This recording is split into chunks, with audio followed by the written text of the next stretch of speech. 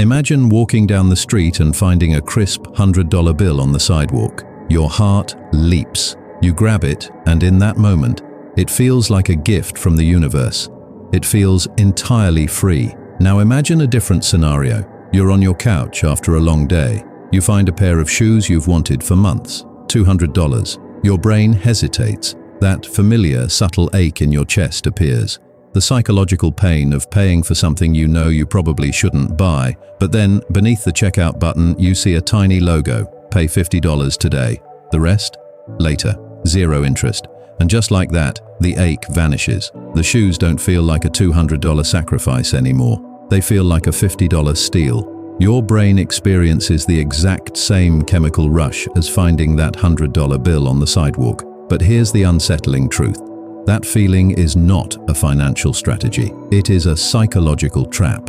And you just walked straight into it. To understand why this trap works so well, we need to look at how your brain handles money. For most of human history, survival depended on the present moment. If our ancestors found a bush of ripe berries, they didn't save them for next month. They ate them immediately. We evolved to prioritize what we can have right now because the future was deeply uncertain. Psychologists call this hyperbolic discounting. It means your brain naturally values a small reward today far more than a much larger reward later. You are hardwired to love the present and ignore tomorrow, but nature gave you a brake pedal. Neurologists have found that when you spend money, when you pull out your card or watch your bank balance drop, your brain activates the insula. This is the exact same region that lights up when you feel physical pain, stubbing your toe, burning your hand, the same neural circuitry. This is called the pain of paying. It's the friction that forces you to pause and ask,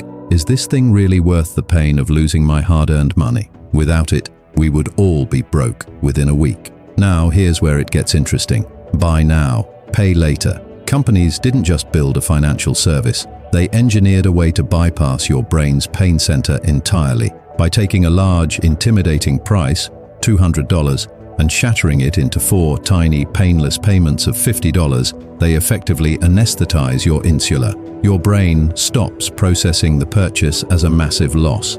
It processes it as a minor, insignificant loss. The brake pedal is removed. Your emotional desires now have full control of the accelerator. And the truly dangerous part, this doesn't feel like manipulation. It feels like intelligence. It feels like you've outsmarted the system. Let me show you how this plays out in real life. Sarah is 26. She works a decent job. She's not irresponsible and she's not trying to live an extravagant lifestyle. But like all of us, Sarah is tired. One evening, she finds a beautiful rug online, $400. Her bank account has $1,200. Spending a third of her savings on a piece of fabric feels terrifying. She's about to close the tab. Then the option appears. 4 payments of $100. Look at what happens inside Sarah's mind. Her brain stops looking at her total balance of $1,200. Instead, it looks at Friday's payday. Can I spare $100 this week? Yes, easily. Can I spare $100 in 2 weeks? Sure, things will be fine. By shifting the horizon from the total cost to the micro payment, the purchase is instantly justified. She clicks buy. She feels smart.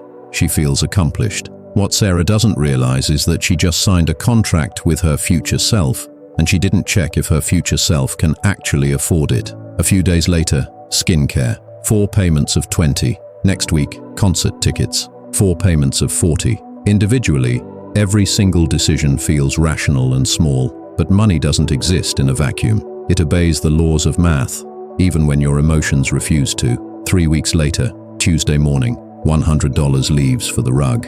An hour later, $20 for the skincare.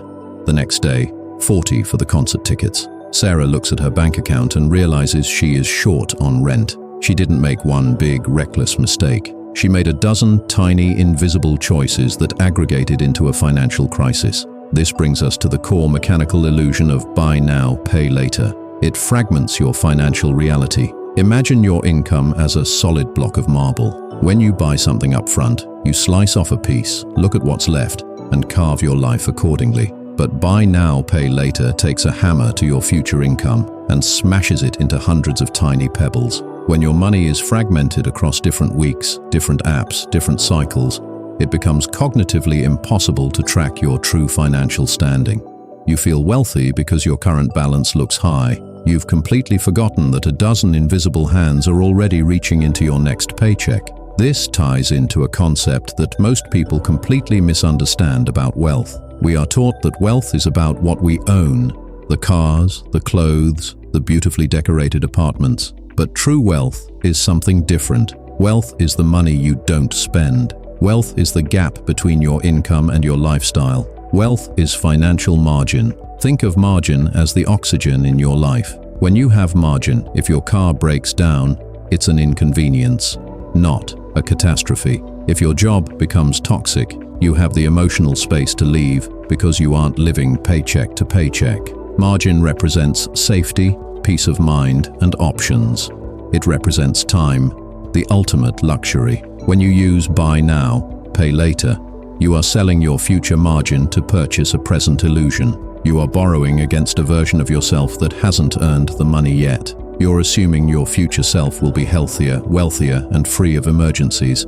And here's the uncomfortable truth the companies know: you probably won't be. Buy now, pay later is not a payment tool. It is a psychological weapon designed to exploit the gap between what you want now and what you can actually afford. The most dangerous part isn't the fees or the interest. It's the way it makes spending feel free. Because when something feels free, you stop counting. And when you stop counting, you stop knowing.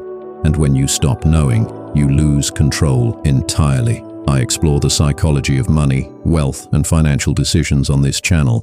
If that interests you, consider subscribing.